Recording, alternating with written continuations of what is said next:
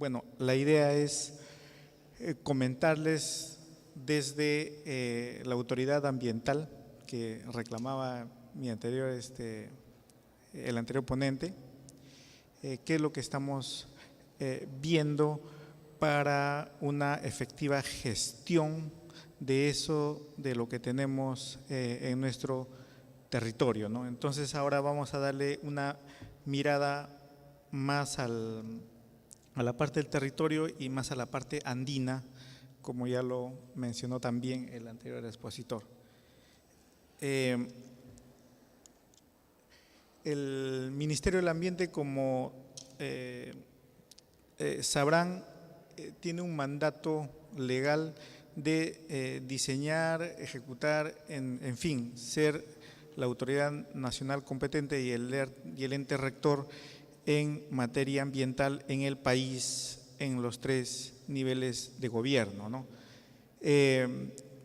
Este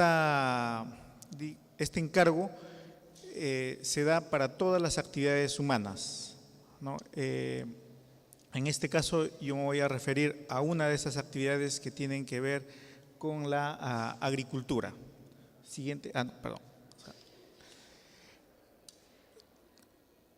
También los que hemos estudiado estos temas entendemos que la biodiversidad, de acuerdo a lo que del concepto que nos da el Convenio de Diversidad Biológica, se divide en 3 grandes niveles: de ecosistemas, de especies y de la diversidad dentro de las especies, que es lo que quisiera yo un poco más puntualizar y cómo es que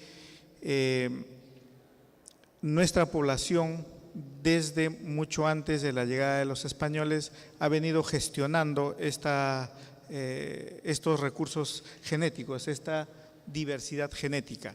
Entonces, eso tiene que ver mucho con la cultura, ¿no? Entonces,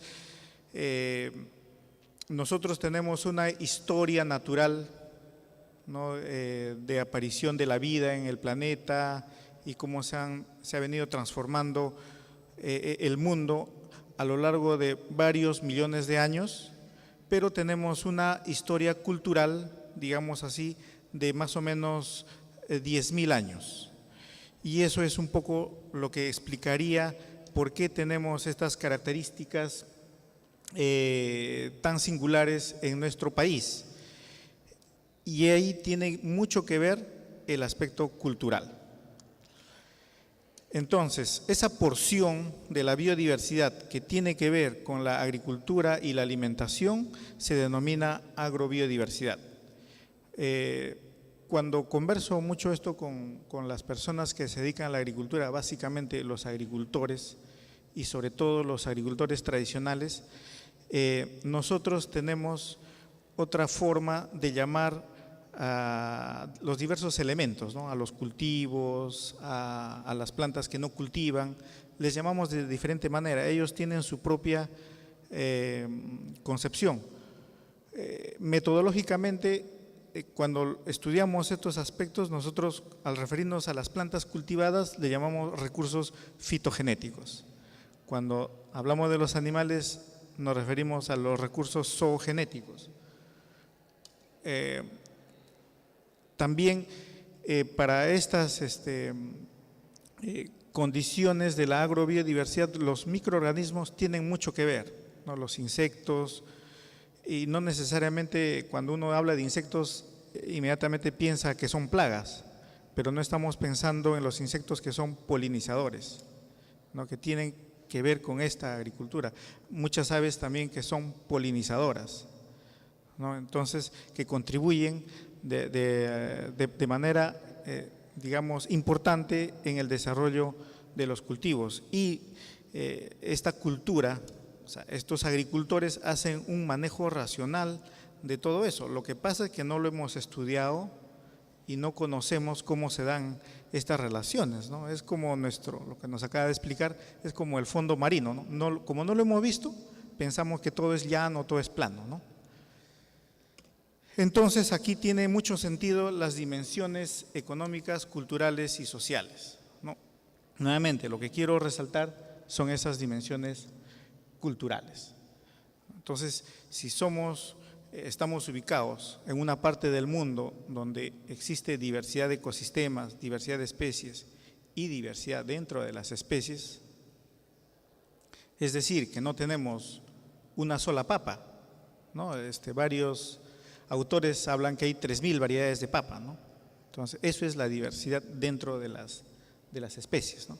Y eso se da porque también tenemos una diversidad cultural. Y eso es determinante, ¿no? Esta diversidad cultural ha hecho que haya un manejo, digamos así, selectivo del entorno, pero que tiene una visión que los entendidos llaman cosmovisión, ¿no? Que no es como nosotros lo vemos, ¿no? Como recurso. Para los agricultores tradicionales, una papa, un maíz, no es un recurso, no es un medio de vida, sino es su vida misma, es parte de su familia, ¿no? Para ellos, hasta las piedras, el río y los cerros que lo rodean se consideran parte de su familia. Por eso es que le rinden cierta pleitesía, ¿no? Hacen una serie de rituales, ¿no? Entonces, nosotros creemos que eso es, digamos, anacrónico, pasado, ¿no? Pero vamos a ver a lo largo de esta exposición que eso tiene inminente sentido y es de lo más actual, ¿no? Entonces, los que estudian las culturas hacen una medición en función a las lenguas que se hablan, ¿no? Y en el Perú se hablan más de 100 lenguas, ¿no? De hecho, hay catalogado como 178 lenguas, si es que no me equivoco, pero se han agrupado, digamos, en familias lingüísticas.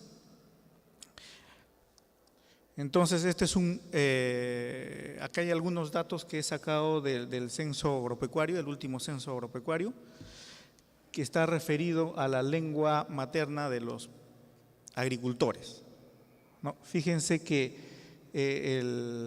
si bien es cierto, más de la mitad aprende el castellano de nacimiento, pero una cuarta parte, o sea que, y es una población que aparentemente estaría creciendo, que habla el quechua, ¿no?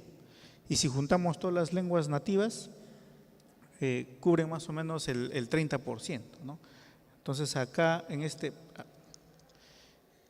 lado tenemos lamentablemente no se está notando tan bien en este mapa, solamente los lugares donde se habla quechua y aymara, o sea, todos los Andes, ¿no?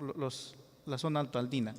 Y aquí en este mapa, que lamentablemente no se nota tan bien, están todas las lenguas de la selva, ¿no? Entonces, eso es un poco la diversidad cultural que tenemos y que hace un uso selectivo de manera de convivencia, digamos así, de lo que nosotros denominamos los recursos. Pero hablar de la agricultura es hablar de la cultura del agro, ¿no? Entonces, han habido múltiples estudios de tipificación o de clasificación de la agricultura. Y yo he tomado lo que ha publicado el señor Quijandría el año 2002, que ha sido, a propósito, ministro de Agricultura en una época, o en dos oportunidades creo, y él hace una clasificación de la agricultura de exportación, extensiva, de mercado interno y de subsistencia. Y cuando nosotros hablamos de cultivos nativos, casi automáticamente pensamos en esta agricultura de subsistencia. Y así es como la mayoría entendemos, ¿no? Al pequeño agricultor que, dicho sea de paso, lo consideramos pobre, pero que en realidad estaría empobrecido, creemos que es de subsistencia, cuando es su forma de vida. Lo que pasa es que nosotros no llegamos todavía a entender cómo es esa manera que ellos gestionan su entorno y que necesariamente tenemos que revisar este tipo de clasificación.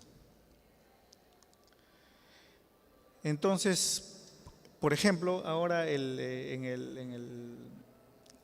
en el censo agropecuario, ¿qué es lo que algunos datos que nos arroja, ¿no? Que más o menos el 30% del territorio, o sea, una pequeña porción, una tercera parte del territorio, es utilizado con fines agropecuarios. O sea, no todo el territorio tiene aptitud para uso agropecuario. Eso es lo que nos dice el censo agropecuario, ¿no? Y de ellos, más o menos el 73% de las unidades agropecuarias tienen menos de 5 hectáreas. O sea, la agricultura predominante en el país es de pequeños parceleros, ¿no? Pero algo que sí he estado revisando hoy día, he estado volviendo a revisar las cifras, por ejemplo, el censo agropecuario nos habla de quienes utilizan energía eléctrica, quienes utilizan tractores, quienes utilizan pesticidas, pero no hay datos para nada quienes trabajan con técnicas agrícolas tradicionales, ¿no? Quienes hacen uso todavía, porque hoy día se sigue utilizando, por ejemplo, la ayuda mutua, ¿no? La minca, el aini, el choba-choba en la selva, ¿no? O sea, de eso no tenemos datos, ¿no? Entonces, cuando también se revisa la estadística agraria mensual que da el Ministerio de Agricultura, nos habla de los cultivos como si fueran todos casi uno solo, ¿no? Habla del maíz, recientemente, hace como 2 o 3 años, lo separa en dos, ¿no? Maíz amiláceo y maíz amarillo. O la papa, que da los reportes sobre papa de algunas variedades comerciales nada más, pero no tenemos estadísticas de las 3.000 variedades de papas o de las 52 razas de maíz que se cultivan en el país. O sea, eso es algo que todavía tenemos que conocer. Entonces, cuando uno junta esa historia natural con esa historia cultural, lo que tenemos es esa agrobiodiversidad, ¿no? Esa diversidad de especies domesticadas, ¿no? Entonces, que eso es bastante admirada fuera del país, ¿no? Nosotros todavía no lo hemos interiorizado, y ahí quisiera recordar la primera exposición. Por ejemplo, cuando hablábamos con algunos profesores en Junín, en un distrito que se llama Pariahuanca, le preguntábamos al profesor, ¿no? Profesor, ¿cuántas variedades de papa hay en este distrito, ¿no? Entonces él nos hablaba, bueno, habrá 20, decía, o máximo habrá 30. Entonces se le llamaba a cualquiera de los alumnos de primaria y le decíamos, ¿tu papá cuántas variedades de papa tiene? Entonces el niñito decía 60, 80, ¿no? Entonces no había una correspondencia. Cuando hicimos la evaluación de las chacras de los agricultores, se llegó a contabilizar más o menos 600 variedades entre todos los agricultores, variedades de papa, ¿no? Entonces, eso, por ejemplo, le mostramos al profesor. Entonces, no hay un conocimiento, digamos, de estas variedades. Más aún, creo que tenemos que aprender un poco más sobre este tipo de temas, porque si estamos diciendo o estamos viendo que estos pequeños agricultores, sobre todo en las comunidades de la selva, las más alejadas de la selva o las más alejadas de la sierra, que tienen esta cosmovisión, ellos, o en todo caso los niños, aprenden de ellos esa cultura, ¿no? Y interiorizan de por sí que los cerros, el agua y las piedras y sus cultivos tienen vida y son parte de su familia. Pero cuando entran a la escuela, hay un tema que cuando dicen nos vamos a clasificar, ¿no? A los seres vivos y los seres inertes. Entonces a un niño de 7 años, o sea, habría que pensar un poco qué es lo que pasa, ¿no? Entonces eso es algo que tenemos que avanzar. Yo no digo que el sistema está mal, lo que nos ha mostrado en la primera exposición es un tremendo avance, ¿no? Sino que debemos reconocernos nosotros mismos, y eso es algo que recién se está haciendo, ¿no? Por eso es que somos considerados, eso no lo han dicho, no lo ha dicho ningún peruano, sino los grandes estudiosos del mundo como Nikolai Vavilov, un botánico ruso.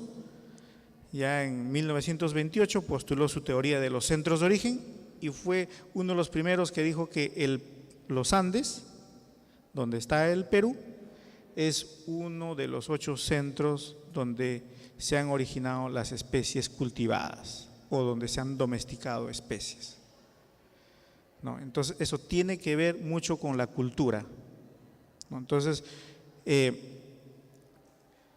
aquí más o menos se habrían domesticado 182 especies de plantas y 5 de animales. Pero eso no es un proceso estático. Como tenemos la cultura viva, ¿no? Estamos viendo en los idiomas, estos procesos de domesticación hoy día se siguen dando en los Andes y en la selva, y posiblemente también en la costa con los pallares, con algunas otras especies, ¿no? Entonces, hace poco estuve precisamente en Lambayeque y también visité Piura, ¿no? Pero básicamente en Lambayeque.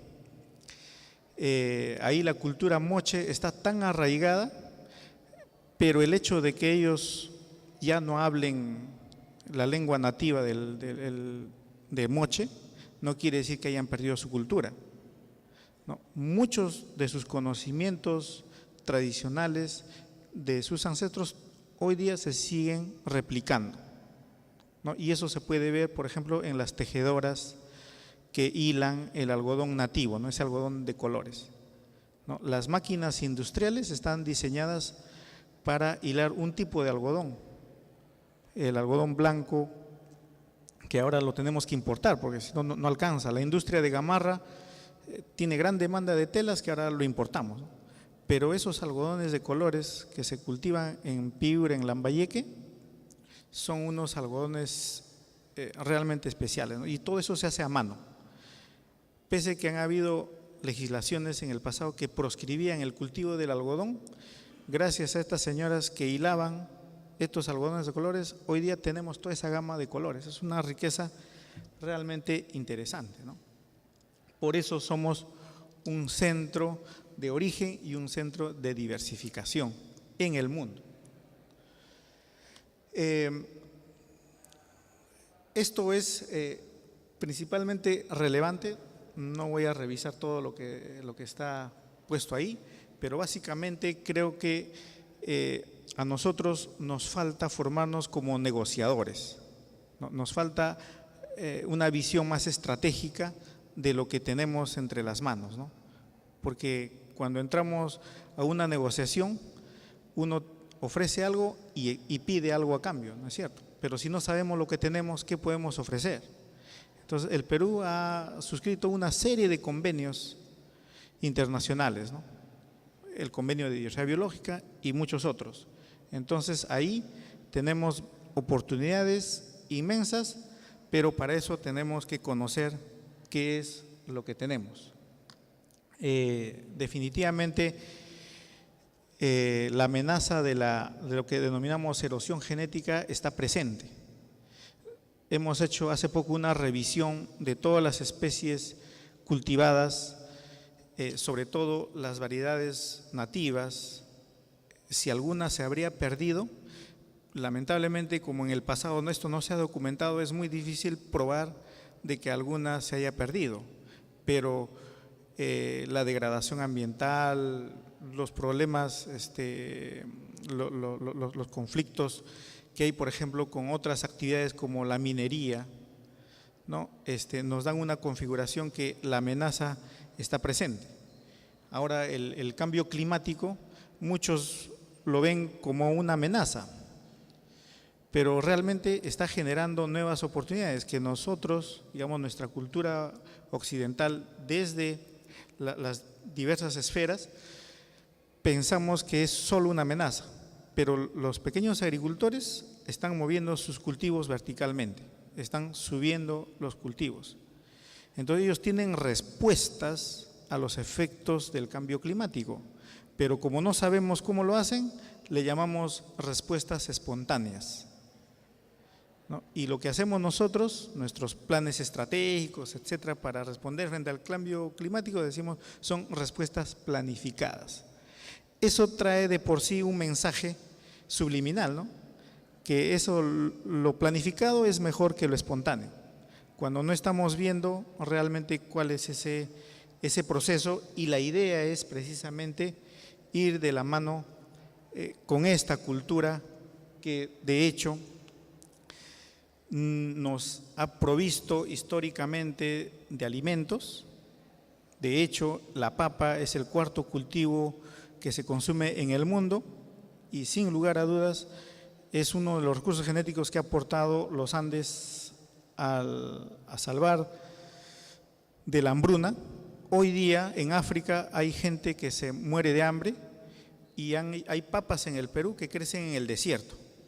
Esas papas las han mejorado, ¿no? En el Centro Internacional de la Papa, acá tenemos un centro internacional, le han hecho ciertas mejoras y eso se está cultivando sobre la arena en África, ¿no? Entonces, de esa importancia estamos hablando. Y acá en Lima, nuestros mercados se abastecen de muchos productos frescos que vienen de las variedades nativas. Nosotros tal vez no lo estamos reconociendo, pero eso es una realidad. Aunque estos datos son del año 2001, de hace 13 años atrás, no ha habido todavía un estudio para, digamos, actualizar esta información, pero más o menos eso es lo que estaría ocurriendo.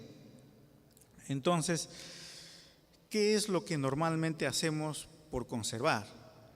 ¿No? Y el encargo que tiene el Ministerio del Ambiente no es solamente la conservación, sino es la utilización sostenible. O sea, que no hay que conservar por conservar, sino esto es lo que se conserva, tiene que utilizarse. Y los cultivos, las variedades nativas son una expresión máxima de esa utilización sostenible, pero también debe haber una distribución justa y equitativa de los beneficios, y ahí es donde entra este concepto de los recursos genéticos, ¿no? Entonces, hay dos grandes estrategias de conservación, la de in situ y la de ex situ, ¿no? La de ex situ es los herbarios, los museos, los bancos de germoplasma, ¿no? Cuando sacamos de su lugar y lo ponemos en un lugar para estudiar, ¿no? Y lo que hacen los agricultores en sus chacras o las áreas naturales protegidas son lo que se denomina la conservación in situ.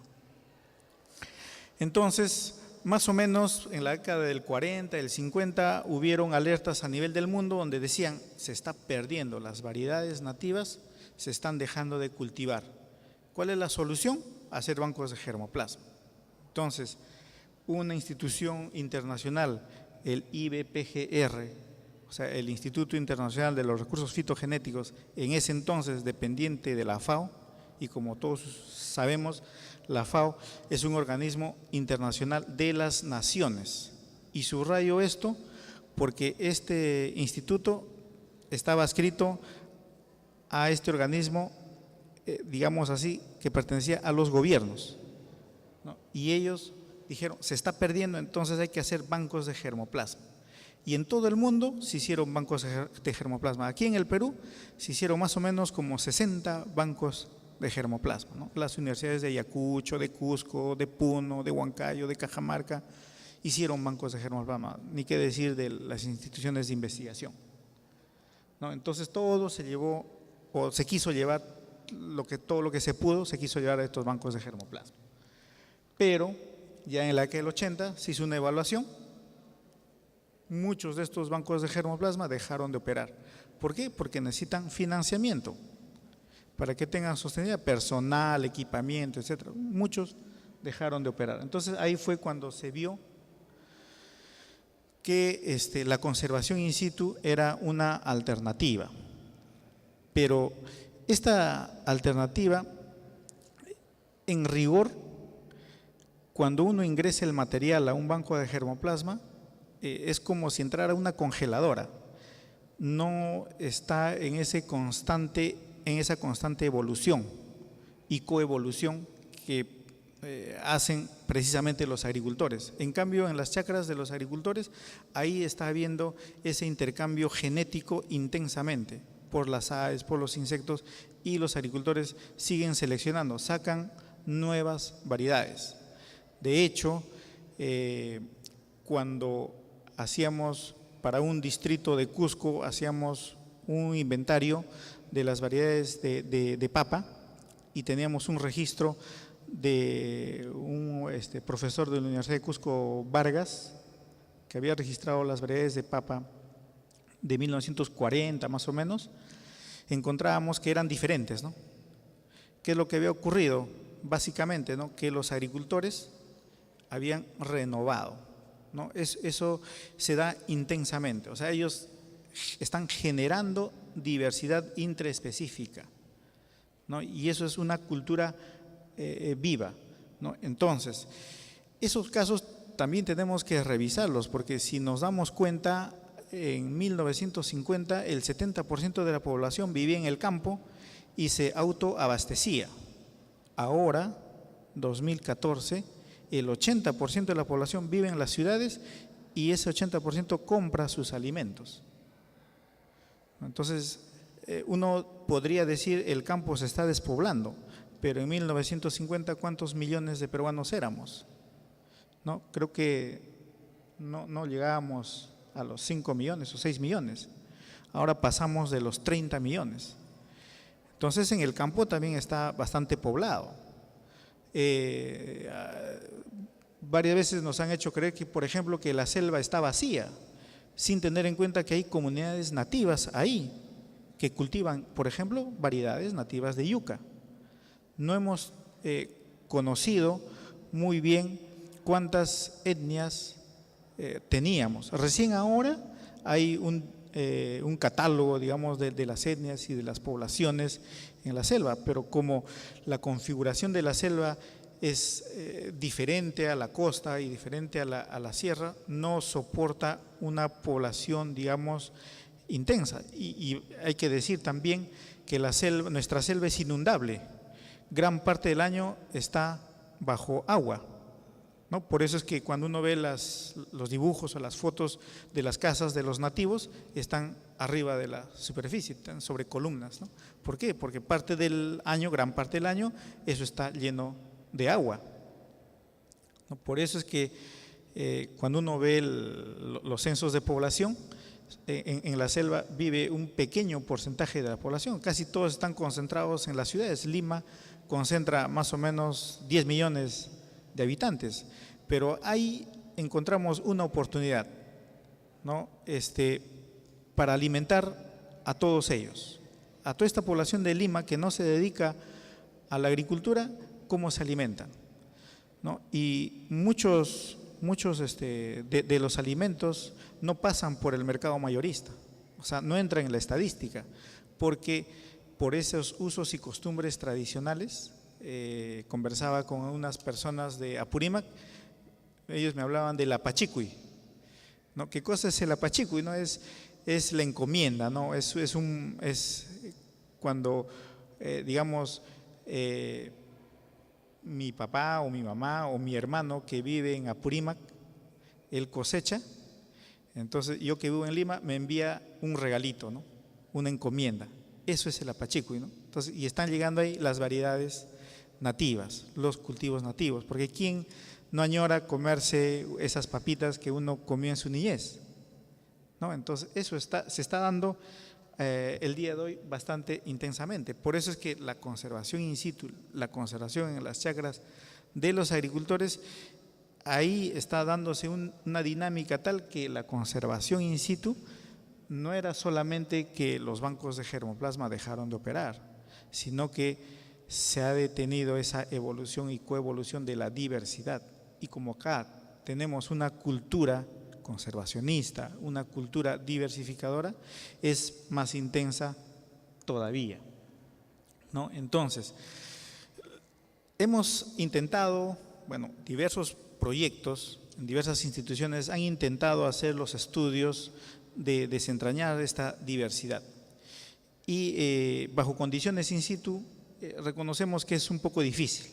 Entonces, por eso que esta complementariedad entre la conservación in situ y ex situ es necesaria, y muchas veces queremos pensar que una es más importante que la otra. No, ambas son complementarias, ¿no? Los herbarios, los jardines botánicos, los museos, los bancos de germoplasma tienen que estar en relación directa con los agricultores, ¿no? Tiene que haber una correlación.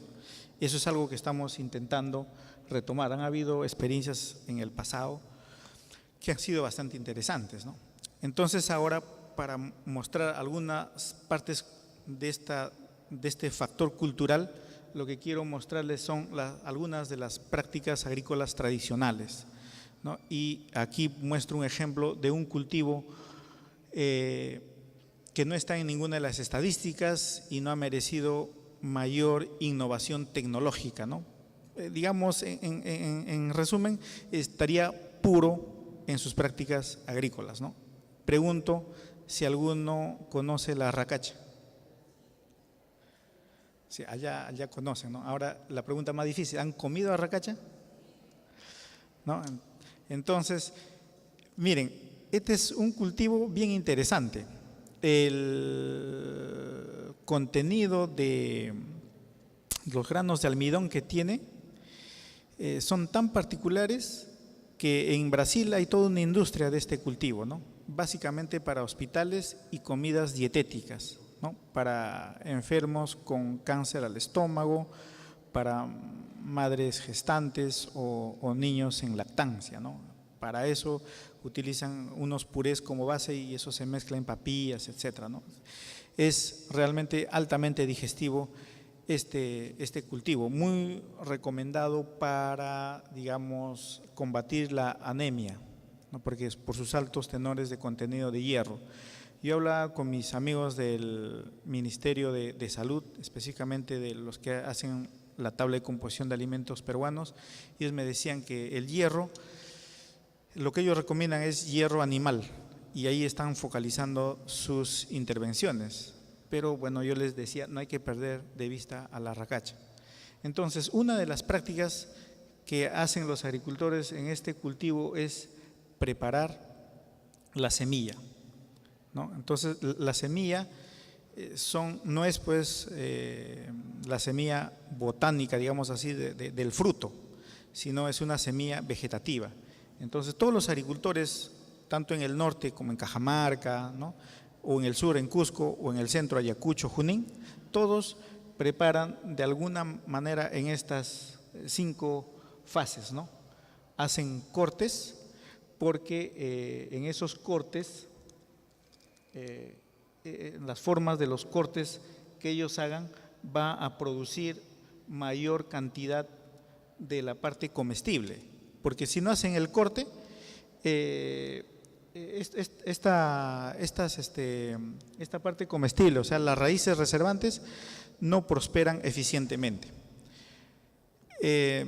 Entonces, eso de alguna manera, como no lo hemos documentado, no hemos estado conociendo, y ahora los estudios que se han hecho básicamente entre el año 2001 al 2005 nos están arrojando que ellos tienen categorías de calidad de la semilla, ¿no?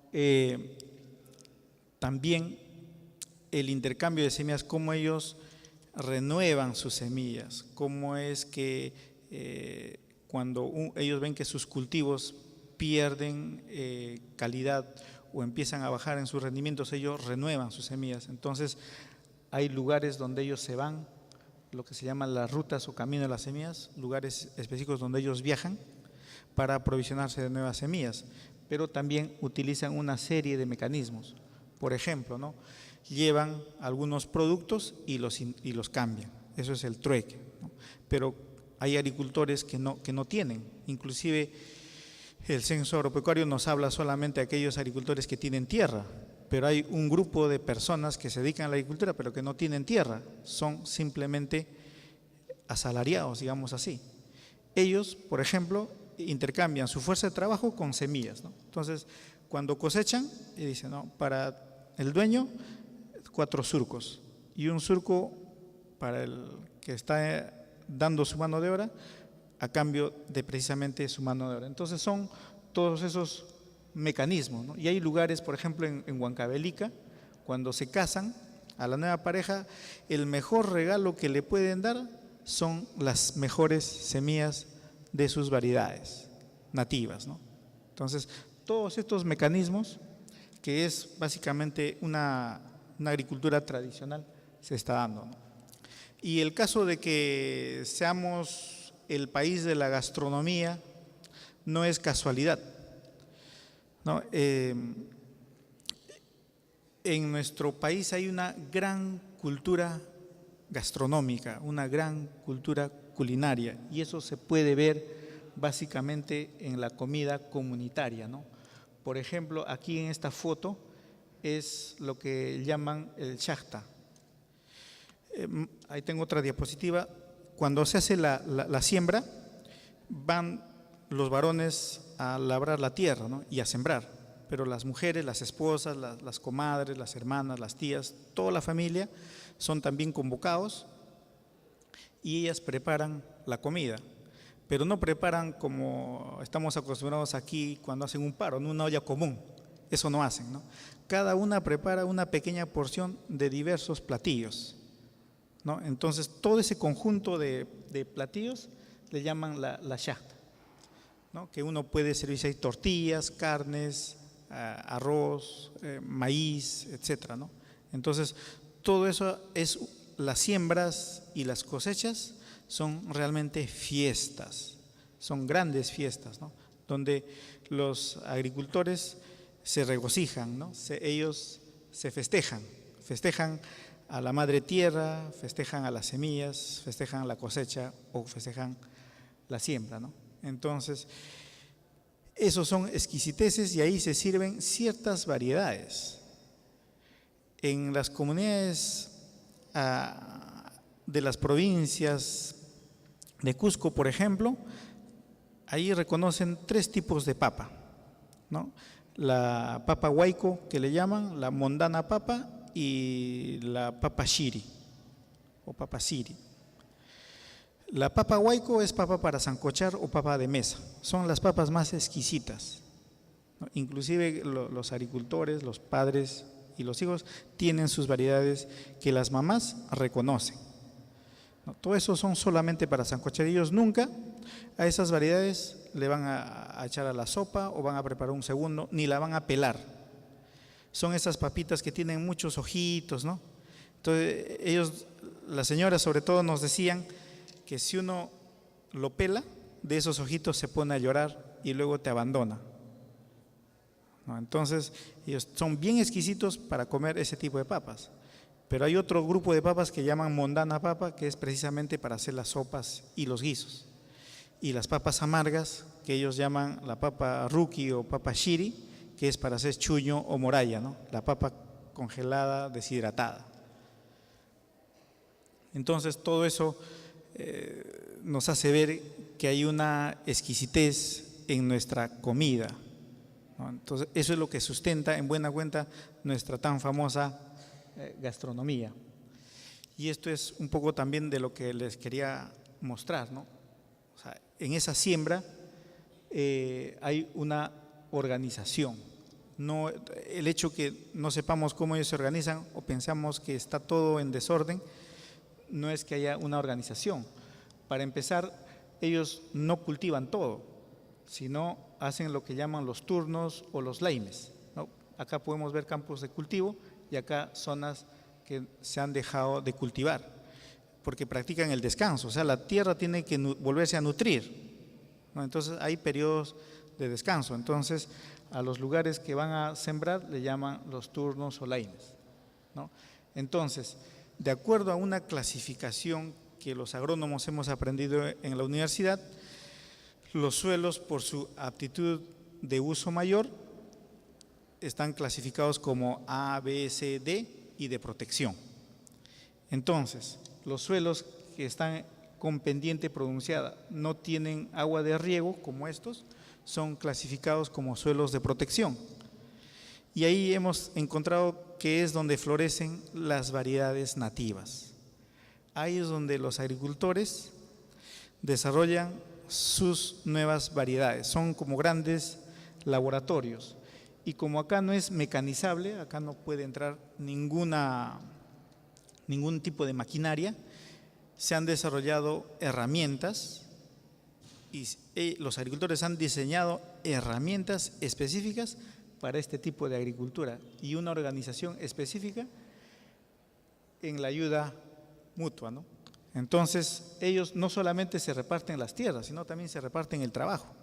Entonces, es interesante ver en esta fiesta de la siembra que les hablé hace un momento en la anterior diapositiva de la Shachta, juntarse hasta 50 agricultores cultivando estas tierras.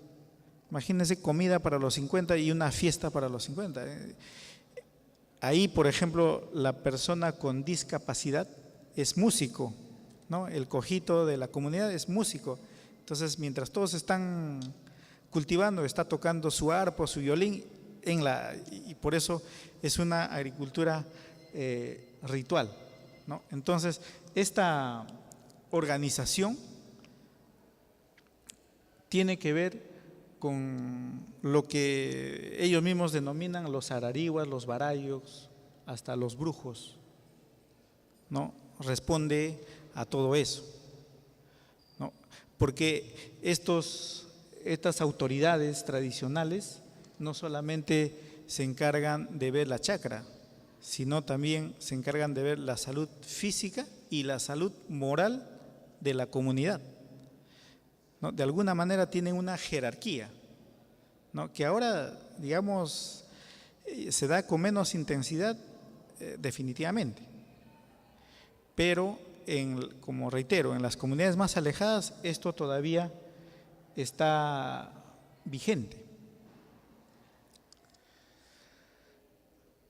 Entonces, cuando nosotros conversamos de esta agricultura tradicional o esta cultura del agro, definitivamente el eje central son los agricultores y sus organizaciones, que en buena cuenta son las comunidades campesinas o las comunidades nativas, ¿no? Entonces, el INIA el año 2012 ha publicado un compendio sobre agricultores líderes en la conservación de la agrobiodiversidad, donde hace una descripción de estos agricultores, ¿no? Entonces, hay una relación directa entre estas prácticas agrícolas tradicionales con la riqueza de la biodiversidad. Pero como nuestra cultura es una cultura oral, me refiero a la cultura de los agricultores, no es escrita, entonces los conocimientos se transmiten de padres a hijos por vía oral. Y ahí es algo que sí tenemos que reflexionar un poco, porque muchos de los jóvenes están dejando el campo, se dedican a la mecánica o a otras actividades, a ser choferes, otras actividades, y eso sí está preocupando, ¿no? Entonces, pero tampoco no podemos, digamos, negarles el desarrollo, ¿no? El asunto es que cómo es que nosotros concebimos el desarrollo y cómo ellos conciben el desarrollo. O sea, acá todavía falta trabajar un poco más en esos temas interculturales, ¿no? Nosotros pensamos que haciéndole planes vamos a solucionar los grandes problemas, ¿no? Pero ellos cómo lo solucionaron en el pasado. Entonces tiene que haber un diálogo intercultural, que eso entendemos está todavía pendiente, ¿no? Algo que sí es interesante revisar es, por ejemplo, en la época en el año 90, ¿no? Donde se dio el shock, ¿no? Como todos recordaremos, de un día para otro, un pan que valía creo que 100 intis pasó a valer 10.000 intis, algo así, no recuerdo bien, pero a mí me tocó ver esa situación, ¿no? Yo lo viví cuando estaba en la universidad, en esa época.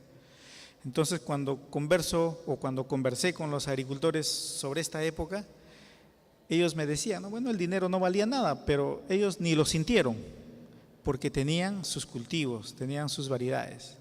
Entonces, muchos de ellos me dijeron, todo el dinero que había guardado por años no sirvió para nada, todo eso se perdió. Pero ¿qué hiciste para salir, no? Bueno, mis cultivos fueron la solución, ¿no? Entonces, cuando uno ve las cosas a largo plazo, esto es una seguridad. De hecho, corresponde básicamente a ese autosostenimiento, ¿no? Eso explicaría básicamente por qué es lo que lo motiva a que sigan cultivando esas variedades nativas. Entonces, ya para concluir algunas grandes conclusiones, definitivamente la memoria colectiva es algo que debemos valorar y revalorar, ¿no? Entonces, los conocimientos tradicionales no solamente deberían ser, digamos, usufructuados, sino que deberían ser debidamente utilizados y puestos en valor, ¿no? Porque, digamos, una investigación científica de cualquier especie que no utilice el conocimiento tradicional demora más o menos en 20 o 25 años con toda la inversión monetaria que eso significa. Pero con un solo dato de un agricultor nos ahorramos esos 20 o 25 años. Pero eso no quiere decir que es la solución a nuestros problemas, a nuestros grandes problemas, ¿no? O sea, muchos creemos que a cambio de esos conocimientos nos deben dar dinero o dar cosas. No, no es así. Todavía tenemos que reflexionar en cómo, lo que les decía hace un rato, ¿no? Cómo negociar, ¿no? Entonces, es algo que todavía está en construcción. Definitivamente las culturas nativas, esos moches, esos aymaras, esos quechuas, esos ashaningas, hoy día hacen una gestión sostenible, que no lo estamos viendo como gestión. En ese aspecto, si nosotros reconocemos cómo ellos hacen ese aprovechamiento, inclusive los pescadores artesanales, porque ya estamos viendo de que la agrobiodiversidad no solamente son las plantas y los animales que viven en la superficie terrestre, sino también los hidrobiológicos. Básicamente estaríamos hablando en el caso de la selva y de la sierra, de las aguas continentales. Pero ahora estamos tornando nuestra mirada hacia el mar, ¿no? Los pescadores artesanales, ¿no? Entonces había una relación, hay estudios que hablan del manejo vertical, ¿no? Que va desde lo más alto en los Andes hasta nuestra costa, ¿no? Entonces, el consumo del pescado y el consumo sobre todo de las algas, eso que nos hablaba en la anterior exposición, en el Perú, antes de la colonia, era bastante intenso. Se consumía abundante lo que llamaban o que se llaman hasta ahora los yuyos, ¿no? Entonces, había todo un manejo. Entonces, eso también es parte de la agrobiodiversidad. Entonces, esa gestión que se hace en forma tradicional merece una revisión profunda. Entonces, nuestra agricultura no es pues una agricultura tecnológica, científica, sino es una cultura meramente artística. Por eso es que los agricultores prefieren esa gama de colores, ¿no? Cuando vemos las papitas de todos los colores, las ocas de todos los colores, maíces de colores, eso es todo un arte, ¿no? Las prácticas agrícolas tradicionales con sus herramientas, es todo un arte, es con lo que yo les refería, ¿no? Las fiestas de la siembra, de la cosecha, las fiestas que hacen para rendir culto al agua, eso es una agricultura artística, ¿no? Entonces, el abordaje tiene que ser integral. aquí no solamente estamos hablando de cuestiones meramente biológicas o ambientales, sino también de la esfera socioeconómica, pero por sobre todo de la esfera cultural. Y en un país mega diverso como el Perú, la única receta que podemos aplicar es con más diversidad. No hay una solución, son muchas soluciones. No podemos pensar en que con una sola receta vamos a paliar todas esas amenazas y esa degradación ambiental o esa pérdida de los conocimientos tradicionales. No, son muchas de las soluciones. Y si hasta ahora se mantienen todas esas riquezas, es porque los agricultores tradicionales es su forma de vida, no es un medio de vida. O sea, ellos no consideran a sus variedades nativas como que con eso van a obtener riquezas o que con eso van a obtener otro tipo de beneficios como el que nosotros estamos acostumbrados, ¿no? Una cuenta de banco o un viaje a otro lado del mundo. No. Ellos consideran a las plantas, a los animales, como repito, como parte de su ente familiar. Entonces, eso es un modo de vida. Entonces, la agricultura tradicional, evidentemente, uno cuando va cerca a Lima se da, uno lo puede ver, pero es un poquito difícil de ver porque ya tiene una mezcla con la agricultura convencional. Pero cuando uno se va a las partes más alejadas, sobre todo aquellos donde no hay carretera, puede verificar esto, ¿no? Esto de acá.